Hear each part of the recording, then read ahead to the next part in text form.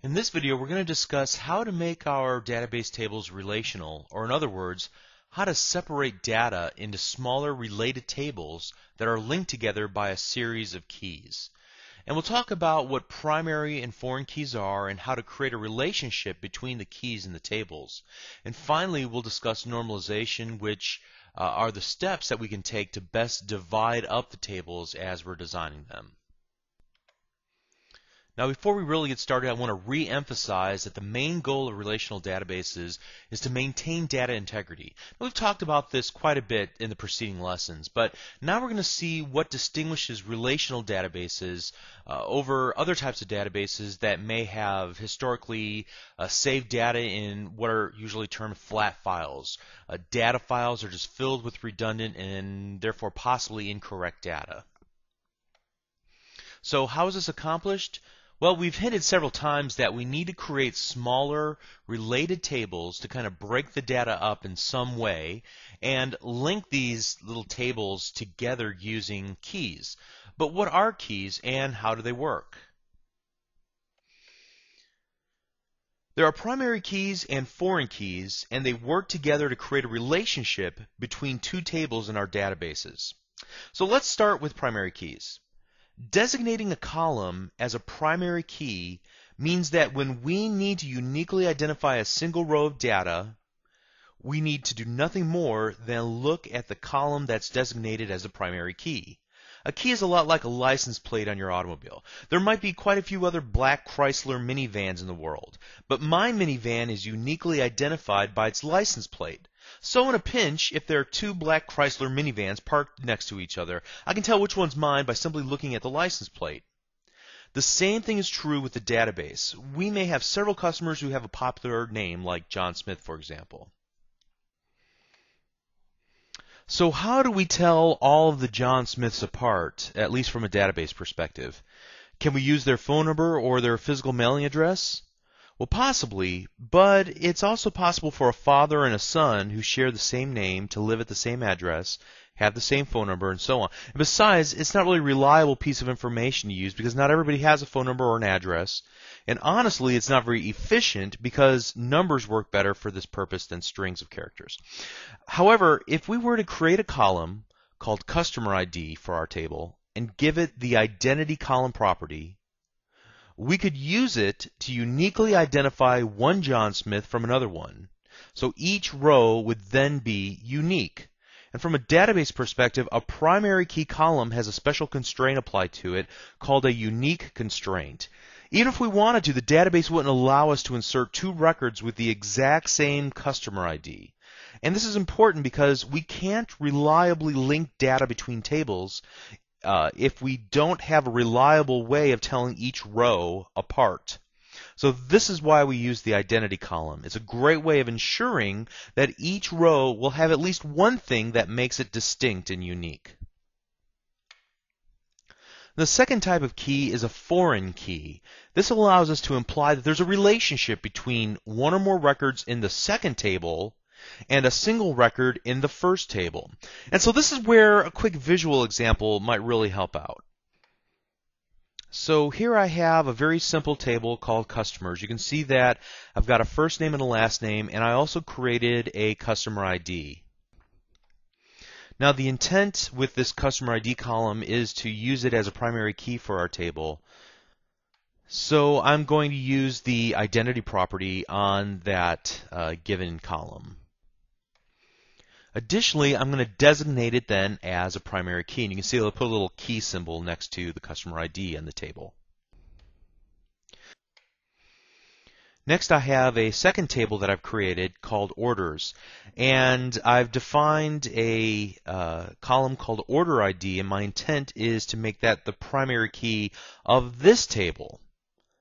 Now, the next field down, the customer ID column, I intend for this to be the foreign key, and I'll use this to relate the orders back to the customer. So a single customer can have one or more orders. So if we have a row in the customers table with a customer ID of 1, we might have multiple rows in the orders table that each have a different order ID but have the same customer ID, and that allows us to relate those two tables together. So I've designated the customer ID column with that little foreign key graphic, the FK.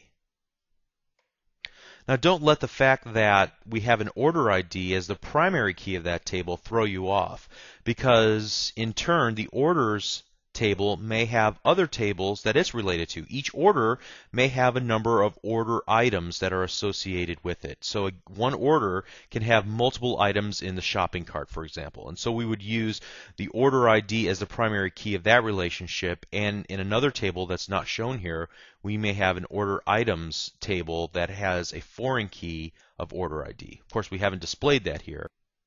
But the fact of the matter is that a table can have only one primary key, but one or more foreign keys. Now I've added one little last graphic, which is a designation from a type of diagram called an entity relationship diagram that shows that there is a relationship between these two tables that are defined, and that the nature of that relationship is that one customer may have many orders through the use of the crow's feet on the right-hand side of that graphic. Let me interject one little side note here, and that's the use of this date timestamp field. We could have just as easily called this order date time, which actually might be a little bit more descriptive. But if you ever see this term date timestamp, typically what this means is the date and time that this particular record was inserted into the database, and that's all. It's just a common convention that some developers use. So one last bit of information before we move on. When we sit down to actually develop the tables that we've designed on a napkin or on a sheet of paper or in our head using SQL Server Management Studio Express or a tool like Visual Web Developer, Express Edition, and use the visual tools for developing databases like we saw in the previous lessons, we will explicitly declare the customer ID columns and the order ID columns as primary keys. And then we'll explicitly declare and create a relationship between the foreign key and the primary keys by creating a relationship constraint, which is also known as a foreign key constraint between the two tables. And we'll demonstrate how to do this near the end of this particular video. So let's take a moment to stop what we're doing and go to Visual Web Developer 2005 Express Edition and use the visual tools to create a second table from our previous lessons example, define primary keys, and create relationships between two tables. Okay, so we're taking a look at SQL Lesson 02, the project that we originally created in Lesson 2, but have been referring to throughout the last 2 or 3 lessons. And really, for our purposes, the only thing we're really interested in is the mysample.mdf database that we added, and we created a table called Customers. Let's go ahead and take a look at that table. I'm going to right-click on the table and select Open Table Definition from the context menu. And as you recall from the previous video, we have defined customer ID and set that with a property of identity specification to yes, and set the identity increment to 1 and the identity seed to 8. But at this point, we have not really defined this as a primary key. It's our intent to use it as a primary key, but it has not been defined as such just yet. And it's very simple to do this. All we need to do is select the column in our designer view and then select set primary key from the toolbar. And now we see that we have a little key next to our column name. Now we have a primary key set on this column, and this will become very important in just a moment. So let me go ahead and save that change, that fundamental change to our database table. And then I'm going to create a new table. So let me select Add New Table by right-clicking on Tables and selecting Add New Table. And here we're going to define a couple of columns. So I'm just going to do this really quick. We know we want this to be our primary key. Now, our primary key has to have a value in it. It cannot be empty. So I'm going to have to deselect allow nulls. Additionally, we want to use this as our primary key, and as we saw from the previous lesson, that involves us turning on the identity specification. So I'm going to select yes and leave the defaults identity increment and identity seed to 1. Okay, so that should be all that we need to do for the moment with our primary key column. Now, the next thing that we want to do is create a foreign key relationship between this table and our customer table. Now, our customer table primary key is customer ID. Do I have to name the foreign key exactly the same? Absolutely not. I could make this a customer identification, customer number, customer record number, just record number, ID, whatever I want to call it is fine. But it's really a common convention to keep these names the same because it really cuts down on the confusion of what this column is and what it's being used for. So I'm going to name it the same thing. I'm going to name this customer ID. It too will be of type integer. It has to match the same data type as our customer table since that is the primary key. It can't be null. We have to have a customer for this order. We can't have just an orphaned order sitting out there related to no customer. That just wouldn't make sense. However, we're not going to turn on the identity specification. That's not the job of this particular column of information. It will reflect and use our primary key, customer ID. It'll share the same values, but we don't want every new order to have a unique customer ID because then they wouldn't match. The customer ID in this table wouldn't match the customer ID in this table. Okay, so we'll have to just come back to that concept. I think it'll be more clear in just a few moments. Then there's some other information about this table, like order date. We might have a small date time for that, and we might even save the order amount, although that's not necessary. We can calculate that on the fly. But for the purposes here, we'll go ahead and do that, small money. And we can have some other information. We'll make these all not nullable. And then I'm going to go back to my order ID column. And this one, I too want to set the primary key to the order ID. And select save, and we're going to call this orders. Okay, so at this point, there's still no relationship between customers and orders. Sure, we've defined both of the tables. We even have a customer ID column in this table and a customer ID column in this table. And our intent is to eventually set up a formal relationship between the two. But what if I decide not to? Well, if we don't do this, then there's no referential integrity. There's no data integrity between these two tables. What do I mean by that? Well, it would be easy to get into a scenario where we have an order that's not associated with a customer. Let me demonstrate how that's possible. I'm going to go to the orders table and I'm going to show table data by right-clicking on orders and selecting show table data from the context menu. And here I'm going to enter the information for a given order. I'm going to guess at the customer ID. Customer ID 21, I'm going to put in the order date and the order amount and then hit tab on my keyboard, and it allowed me to create an order. Order number 1, customer ID 21. Now what we would typically do then is say, well, who was the customer who ordered this? Customer ID 21. Let's look in the customer table. So I'm going to right click and select show table data so I can view the customers table, but there's a problem. As the data comes up, I see that there is no customer 21. I have a customer number 4, 9, and 11, but not 21. So there's no integrity enforced between these two tables, meaning that I can have an order that's orphaned, that it has no relationship to a real customer. And that's a problem. That means I have allowed bad data to enter my database. So what can I do to rectify this situation? Well, it's actually pretty simple. I'm going to close both of these tables.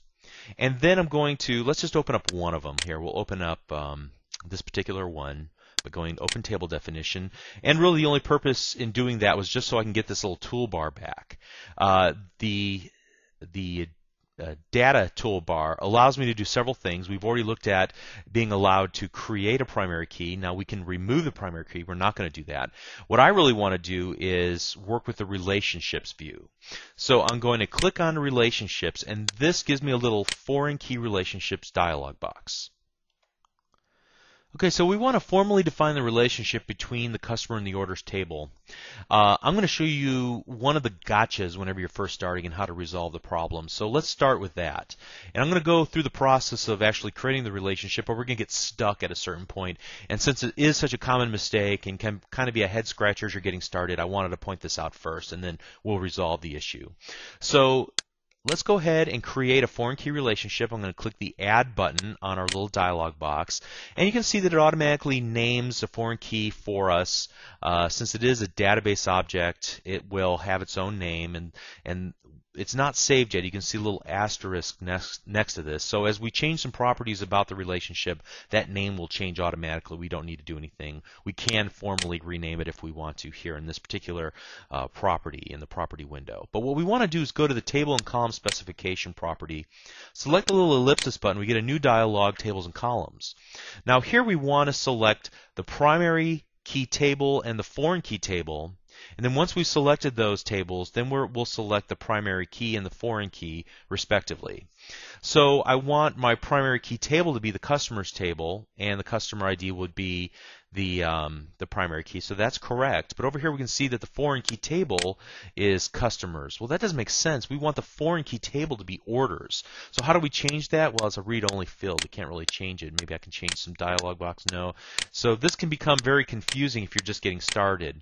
What I suggest is that if you find yourself in this scenario and you're just not able to change the information you need to change, and you understand which table is your primary key and which is supposed to be your foreign key, and you're not getting the results that you want, you need to back up and start over. And this is the little gotcha I was warning about a few moments ago. So I'm going to cancel, I'm going to select this, I'm going to click delete and start over from the beginning. I'm going to close this customer table because this is the source of the problem in the first place.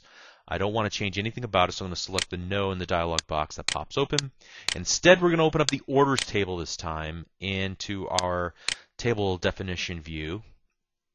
Now I'm going to select the relationships button and click add. Okay, so now this time we can see that we have a different name.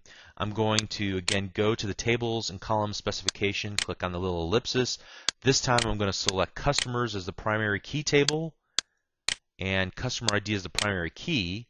And we can see now we have pre-populated the orders table as the foreign key, and we need to change the foreign key because we don't want orders to be related to customer ID. We want to compare apples to apples. So we want to create the relationship between the customer ID and the customer ID in the two tables.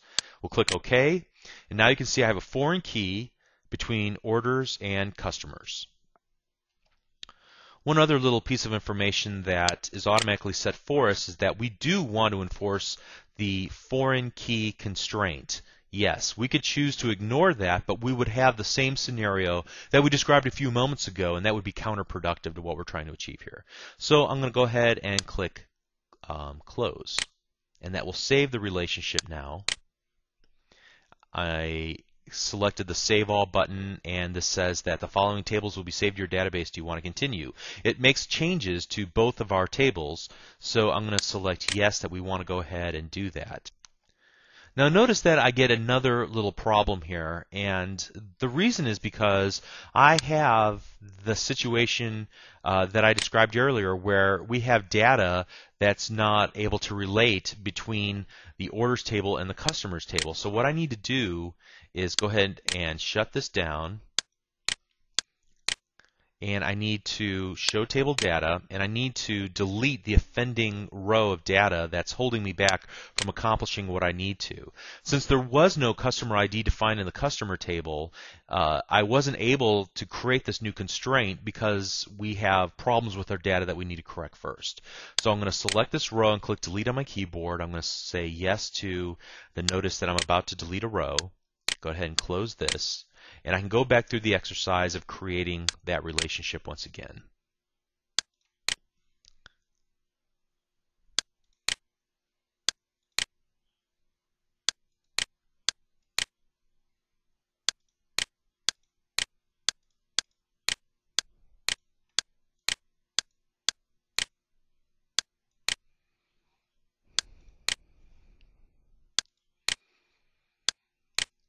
and this time it allowed me to do it. Okay, so you might be wondering to yourself, what did we really accomplish by doing this? I mean, we went to all this work, but what were the ramifications? Well, there's really two important ramifications of creating this relationship between these two tables. And let's talk about them both in terms of the data. Let's go ahead and try to recreate the example from a little bit earlier whenever we added an errant customer ID. And so let's open up the show table data for the orders, and this time let's go ahead and try to create an order for customer 21 and see what happens.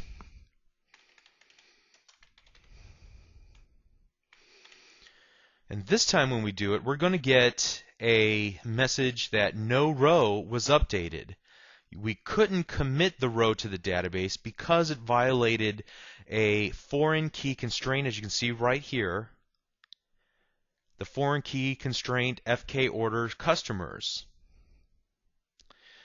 Correct the errors and retry or press escape to cancel the changes. So what would happen if we were to change this to a customer ID we know exists in our customer table? Let's go ahead and save that, and it worked just fine. Okay. Now the same can be true. The second ramification is from the other perspective, and it's probably more important, and that is this. Whenever we look at the table data here and we want to delete a customer from our database, we're going to select customer ID number 9, Brian Faley. Can we delete him from the database? I'm going to select the delete button on my keyboard, and it says you're about to delete one row. Yes, let's do it. You can't do it, again, because the delete statement conflicts with the reference constraint FK orders customers. So by deleting customer ID number 9, it would have left an orphaned row in our orders table, thereby violating referential integrity. Again, we're all about keeping the data as safe as possible by promoting a high degree of integrity with the data, and by doing this we would have deleted a key piece of information which would have made our entire data store suspect. Can we rely on this data? Well, we absolutely can't, because there's data missing. So let's go ahead and click OK. And I just want to impress one more thing on you. Let's create another order for Brian Faley just to show that one customer can have multiple orders. So let's go ahead and open up show table data, and we'll create a second order for Brian. We'll change the date and the amount, and I can create a third order for him, and so on. So one customer can have multiple orders. Any given order can only belong to one customer. This is just one type of relationship that we've enabled through this through the way that we define the tables. We could also create a scenario where multiple entities have a relationship to other multiple entities. A little more complex, and we're not going to really dive into that for the purposes of these videos. However, there are other types of relationships that are available to you, and that's based solely on how you create your table structure. Okay, so hopefully up to this point there's nothing that I've said that would completely overwhelm you, but you might have a question or two in your mind about the process that you go through to decide what fields of data belong in each of your tables. And going back to our discussion a few lessons ago about Cod, who was the father of relational databases, recall the problems that he was trying to solve and the situations that modern computing at that time found itself in, where there was a lot of redundant data. And so he came up with several steps that you could take to convert this flat file format that was common in that day to this new relational database format. And that process of those steps that you could take, he referred to as steps of normalization. And each time you applied one of the steps or rules,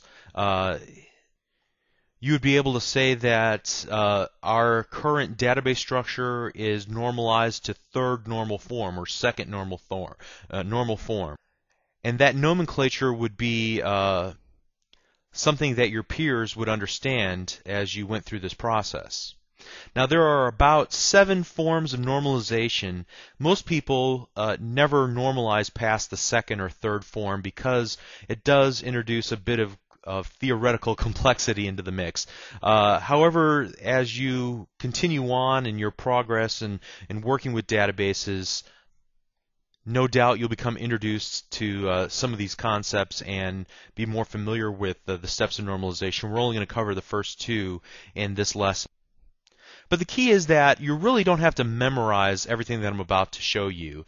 That some of this will become second nature to you after you've seen it done, and you won't need to think so hard on successive passes at your database structure.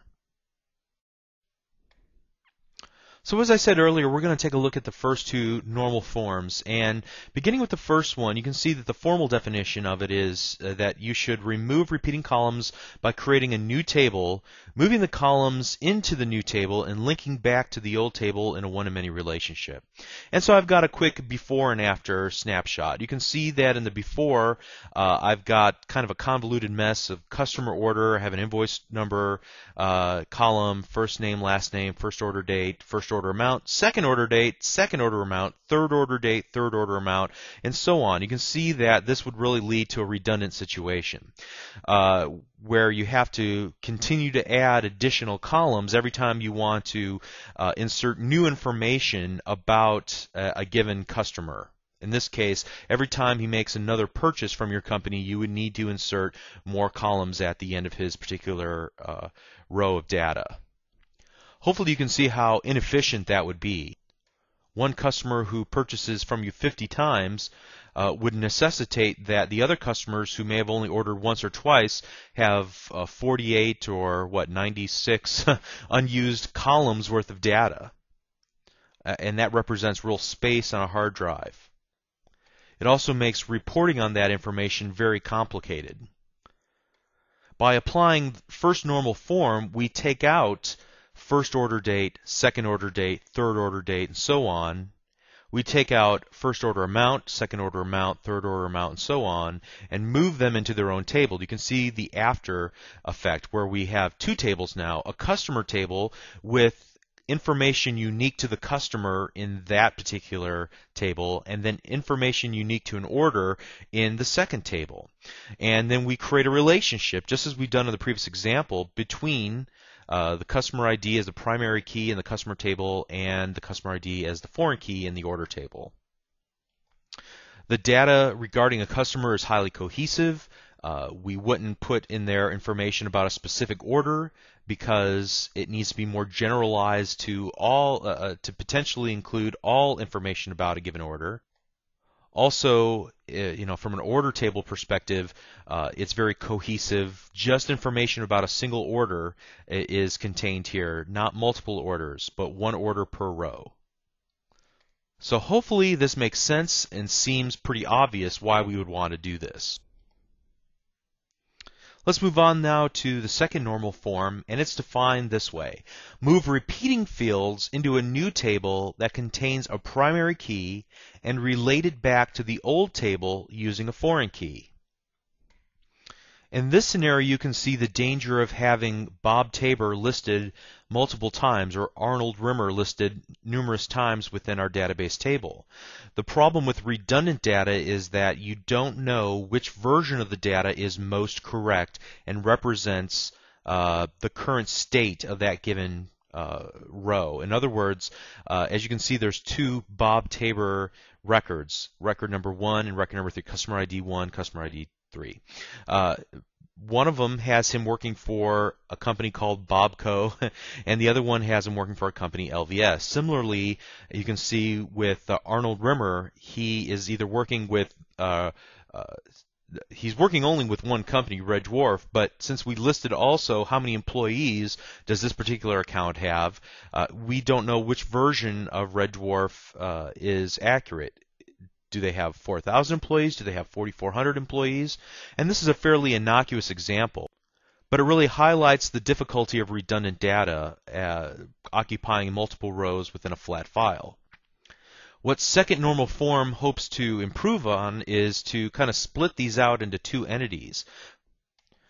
By splitting out the company name or the company, which we're calling accounts, from the individual people that work for the company, which we're calling contacts, we can eliminate the redundancy. And when we have new information about Bob Tabor, for example, that he works for a new company, we would just simply create a new row within our accounts table and then associate him with the new account record. The same is true for Red Dwarf Incorporated. As an account, if the number of employees change as our salespeople are going through and updating information about this particular account, then we know that we have the data saved in one place, in one record, and we don't have to do some forensics to figure out which version of the data is most accurate, latest, and most pertinent to our particular query. And I went through this whole exercise of talking about normalization because while it's important to understand the fundamentals of it, I think that, as I alluded to earlier, what's more important is that you get the spirit of what's trying to be accomplished here.